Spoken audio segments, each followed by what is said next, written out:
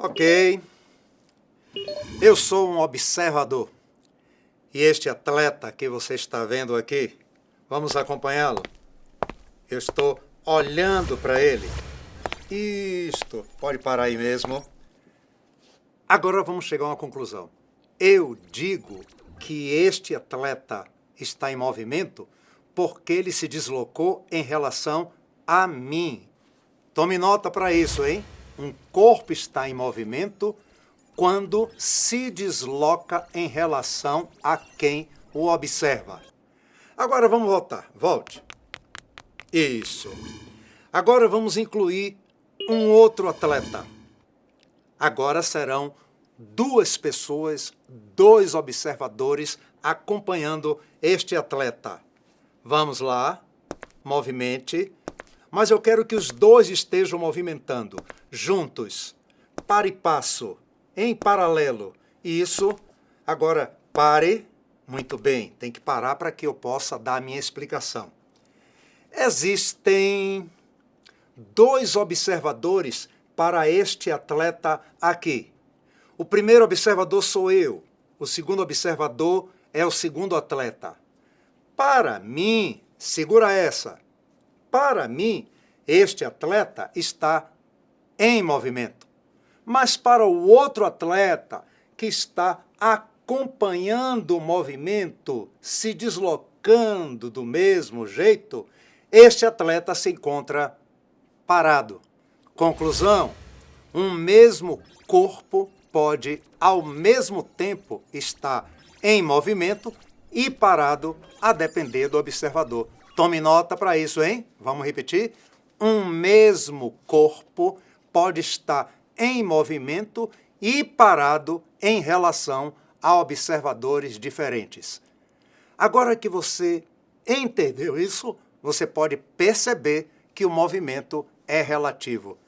Esta é uma frase que é realmente uma frase de sabedoria. O movimento é relativo. Vamos usar isto para uma outra coisa. Saem vocês para o lixo. Vamos agora para uma outra coisa. Eu tenho um automóvel aqui. Você está vendo uma estrada. Eu também estou vendo. E um outro automóvel lá. Estes automóveis se movimentam em sentidos contrários. Vamos dar velocidade para os dois. Este aqui está a 60 km por hora. E este aqui se encontra a 50 km por hora. Vamos lá, turma? Isso, pare para eu poder explicar. Agora vamos observar o que é que este motorista está dizendo. E aquele carro se aproxima a 110 km por hora. O que é que está acontecendo? Ele olha para o velocímetro dele, que está marcando 60 km por hora. Mas ele olha para o outro e vê que o outro se aproxima a 110 km por hora. O que aconteceu foi que estamos diante de uma coisa chamada movimento relativo. Nós somamos as velocidades dos dois carros. Agora vamos ver a opinião do segundo motorista. Quando ele olha para o primeiro motorista, ele diz: e aquele carro está a 110 km por hora, mas eu estou apenas a 50.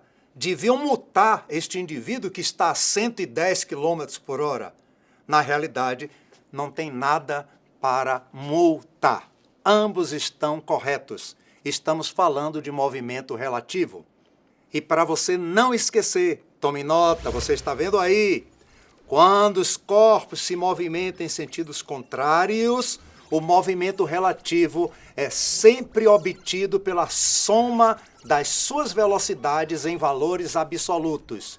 Aliás, é bom falar que na física a gente tem esse hábito de dar sinais às velocidades. Eu diria que uma velocidade é 60 km por hora e a outra é menos 50 km por hora. Tudo bem, tudo bem. Esse menos, cuidado, que lá nos livros vão criticar isto. Não é para dizer que se trata de uma velocidade negativa, porque lá na aritmética e na matemática aprendemos que velocidade com sinal menos não existe, porque seria um número abaixo de zero. O menos é só para dizer que o sentido é contrário ao positivo. Agora que você entendeu isso, que maravilha! Lixo com vocês dois. Vamos agora para uma nova experiência. Eu tenho os dois veículos viajando pela paralela agora. Vamos botar um pouco de drama. Ambos estão a 100 km por hora, um ao lado do outro. De repente, para poder a gente pensar. Este daqui olha para o outro e diz: você está parado em relação a mim?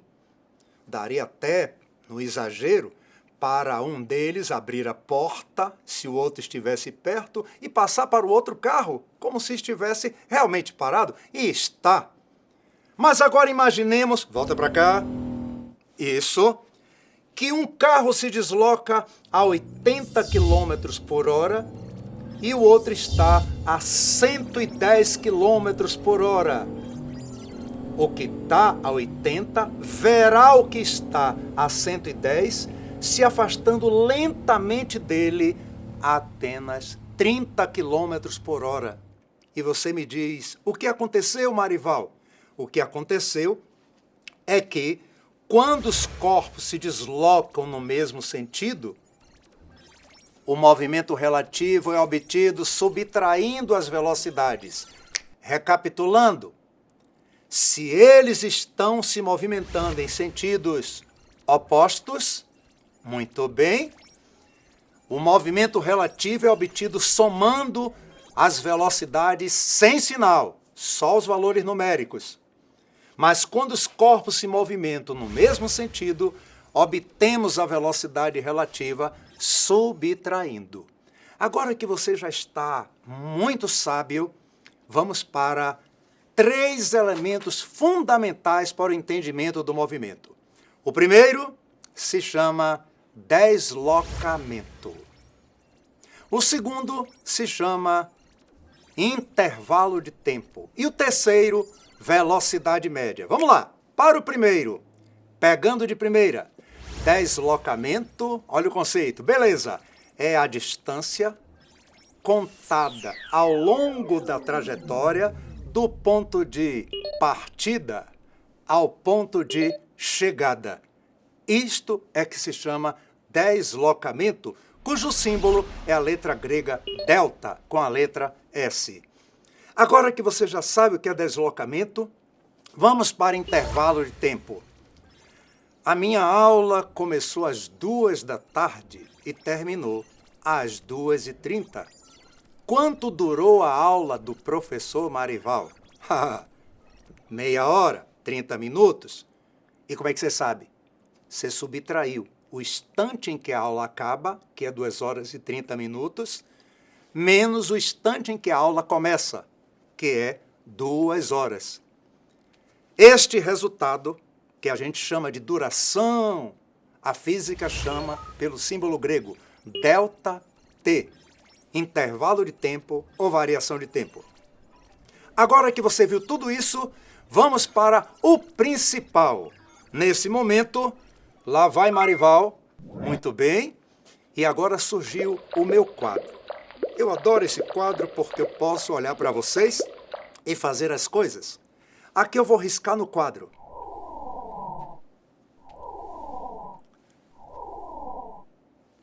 Isso! Acabaram de ver um triângulo dividido em 3 partes.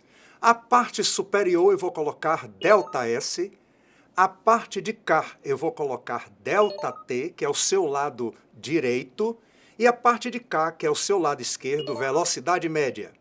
E como é que isso funciona? Você põe a mão em cima de velocidade média e observa que sobra deslocamento em cima e intervalo de tempo embaixo. Isto significa que para calcular a velocidade média, você divide o deslocamento pelo intervalo de tempo, mas suponha que na sua prova eles estão interessados no intervalo de tempo. Você então coloca a mão em cima do intervalo de tempo e nota que sobram ΔS sobre velocidade média. Neste caso, para você calcular o intervalo de tempo, basta dividir ΔS por velocidade média. Simples assim. Mas ainda tem uma última pergunta, Marival. E se pedirem o deslocamento?